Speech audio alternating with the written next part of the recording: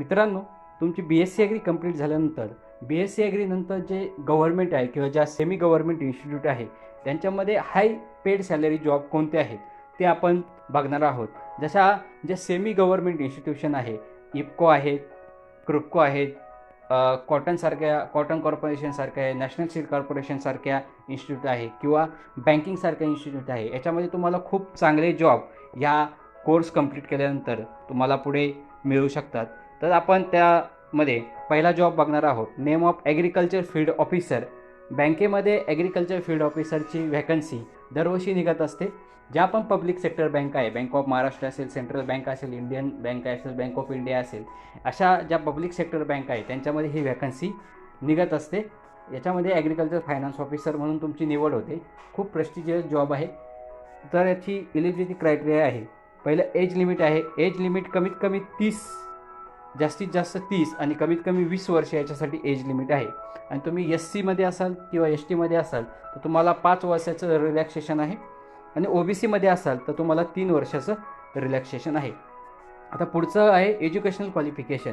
आता educational qualification काय आहे? तुम्हाला 4 इयर डिग्री म्हणजे 4 वर्षाची डिग्री ही तुम्हाला गरजेची आहे. मग ॲग्रिकल्चरमध्ये असेल, हॉर्टिकल्चरमध्ये असेल, ॲनिमल हजबंड्रीमध्ये असेल, व्हेटरनरी सायन्समध्ये असेल, कोऑपरेशन अँड बँकिंगमध्ये असेल, ॲग्रो फॉरेस्ट्रीमध्ये असेल, ॲग्री बिझनेस मॅनेजमेंट असेल, अशी कोणतीही डिग्री जी ॲग्रिकल्चर रिलेटेड आहे, 4 वर्षाचा जो रेग्युलर कोर्स आहे, रिकॉग्नाइज युनिव्हर्सिटीमधून तुम्ही पास झालेले पाहिजे. असे तुम्ही या कोर्ससाठी ह्या पोस्टसाठी अप्लाय करू शकतात. पुढचं हे आहे, तर ह्या पोस्टसाठी 3 प्रकार तुम्हाला जी सिलेक्शन प्रोसिजर आहे याच्यामध्ये प्रिलिमिनरी एक्झाम असते, मेन एक्झामिनेशन असते आणि तिसरं असतं इंटरव्ह्यू. तर प्रिलिमिनरी एक्झामिनेशन जी असते ही तुम्हाला इंग्लिश, रिझनिंग आणि क्वांटी ह्या 3 सब्जेक्टवर आधारित असते.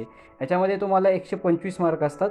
हिंदी किंवा इंग्लिश मीडियम असतं आणि याच्यामध्ये 125 मार्कमध्ये एक कट ऑफ असतो. एक कट ऑफमध्ये तुम्हाला तो क्लिअर करावा लागतो. तो क्लिअर केल्यानंतर तुम्ही पुढे मेन एक्झामिनेशनला जातात.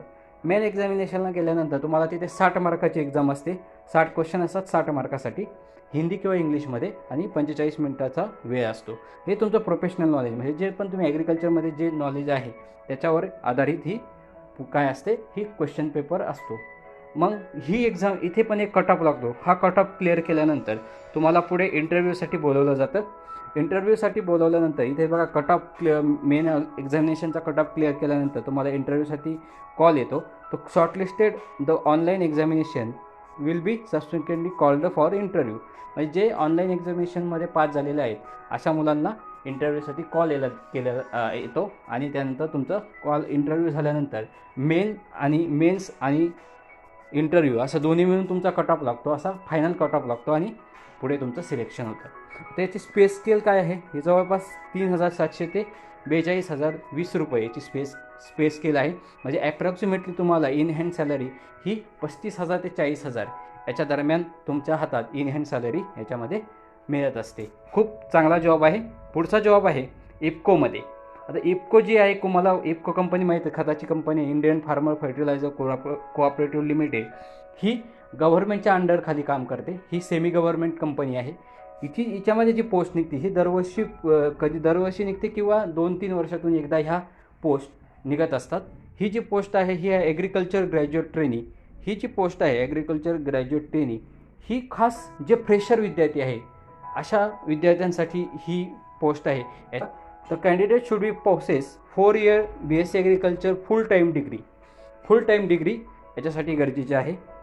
जनरल OBC कॅन्डिडेटसाठी मिनिमम 60 मार्क पाहिजे आणि जे SC ST कॅन्डिडेट आहे त्यांना 55 मार्क्स पाहिजे ईच सेमिस्टरमध्ये. इथं लक्षात घ्या, प्रत्येक सेमिस्टरमध्ये तुम्हाला OBC आणि ओपन जे कॅन्डिडेट आहे त्यांच्यासाठी किती मार्क्स पाहिजे? 60% पाहिजे आणि SC STसाठी 55% पाहिजे. Candidate having 2 years full time regular degree in MSc agriculture.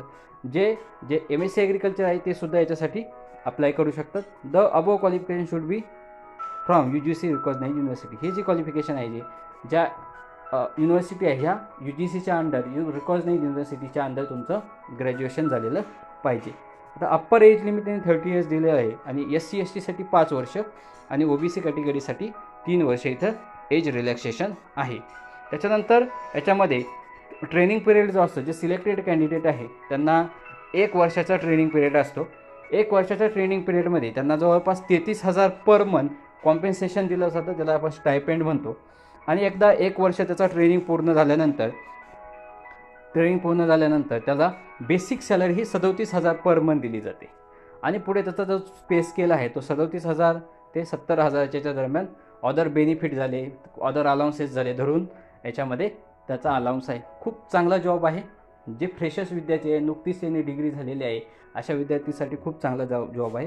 त्याच्यामध्ये सिलेक्शन प्रोसिजर आहे primary computer based online test. ही जी पहिली जे टेस्ट आहे हे तुम्ही तुमच्या तुम्हाला जिथे पण अवेलेबल होईल, एखाद्या सायबर कॅफेमध्ये किंवा स्वतःचा लॅपटॉप असेल तर तिथेसुद्धा ही तुम्ही टेस्ट देऊ शकता. आणि पहिली टेस्ट तुम्ही पास झाल्यानंतर ऑनलाईन टेस्ट जी आहे ती त्यांनी जे सेंटर सेकंड टेस्ट जी आहे ती सेकंड टेस्ट आहे त्यांनी जे सेंटर अलॉटेड केलेलं आहे अशा सेंटरला तुमचा ती दुसरी फायनल टेस्ट होणार आहे. आणि शेवटचं जे पण मुलं त्याच्यातून शॉर्टलिस्ट झाले आहे त्यांचा पर्सनल इंटरव्ह्यूसाठी त्यांना कॉल केलं जाईल. अशा पद्धतीचे काय आहे त्याची सिलेक्शन प्रोसिजर आहे. पुढचा जॉब आहे क्रुप्कोमध्ये, कृषक भारती कोऑपरेटिव्ह लिमिटेड. ही सुद्धा सेमी गव्हर्नमेंट ऑर्गनायझेशन आहे. याच्यातसुद्धा खूप चांगला जॉब आहे, पण हा जॉब खास फ्रेशरसाठी आहे. तर पोस्टचं नेम आहे फील्ड रिप्रेझेंटेटिव्ह ट्रेनिंग. तर एलिजिबिलिटी क्रायटेरिया आहे aspirant must have finish 4 year BSc agriculture degree course with minimum 65% mark. याच्यासाठी तुम्हाला मिनिमम 65% मार्क पाहिजे अँड एनी रिकॉग्नाइज युनिव्हर्सिटीमधून.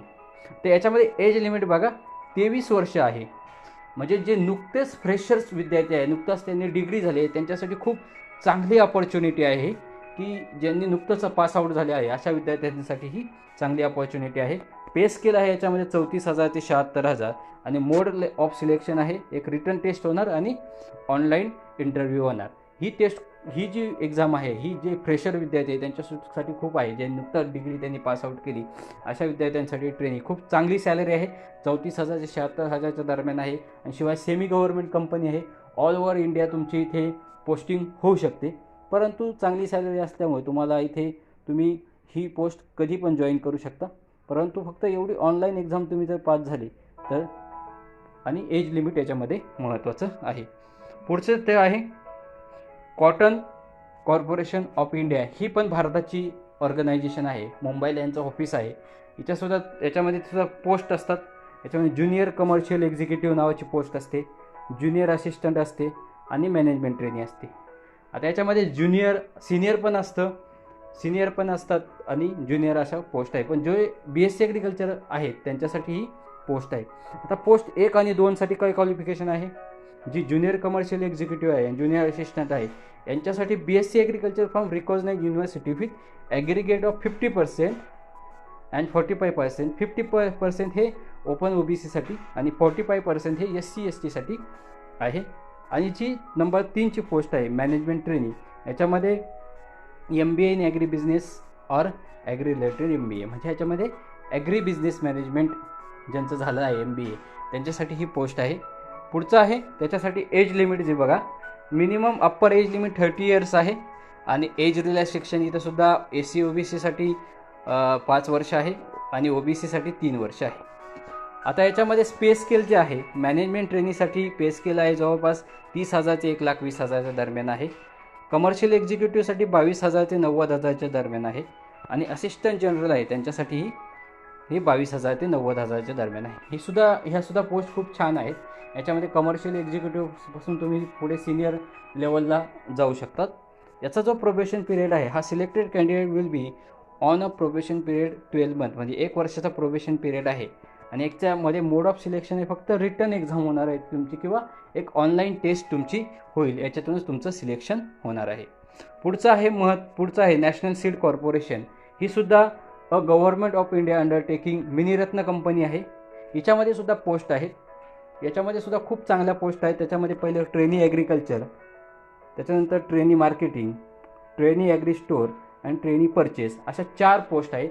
याच्यामध्ये सुद्धा सिनियर पोस्ट आहेत, म्हणजे सिनियर ट्रेनी आहे, सिनियर ट्रेनी मार्केटिंग आहे, सिनियर ट्रेनी ॲग्री स्टोअर आहे, अशा पोस्ट आहेत.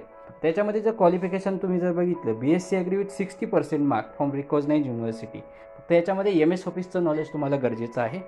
नंतर ट्रेनी मार्केटिंगमध्ये सुद्धा MSc BSc agri with minimum 60% mark from recognised university, याच्यामध्ये सुद्धा MS ऑफिसचं तुम्हाला नॉलेज असणं गरजेचं आहे. ॲग्री स्टोअरमध्ये सुद्धा BSc agri with minimum 60% from recognised university, याच्यासुद्धा मध्ये तुम्हाला सुद्धा MS ऑफिसची नॉलेज असणं गरजेचं आहे. आणि ट्रेनिंग परचेसमध्ये सुद्धा तुम्हाला 60% मार्क पाहिजे विथ BSc ॲग्री आणि MS ऑफिसचं नॉलेज पाहिजे.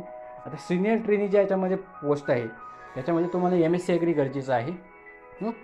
पुढे आहे एज लिमिट जे आहे, याच्यामध्ये एज लिमिट जे आहे 27 वर्ष आहे आणि 5 वर्ष हे SC आणि STसाठी आहे आणि OBCसाठी 3 वर्षाचं एज रिलॅक्सेशन आहे.